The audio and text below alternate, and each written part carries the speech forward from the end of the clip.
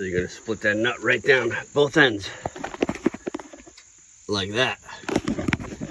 Then you take your chisel on both sides and that nut completely falls off. And I normally do that if I have to save a bolt, or if I'm really far away and I have a nut I can use and I don't want to run to the hardware store. It's going to kill an hour, 45 minutes on a job site, and that's what I do. I pretty much shave both sides of the torch off. It saves the threads.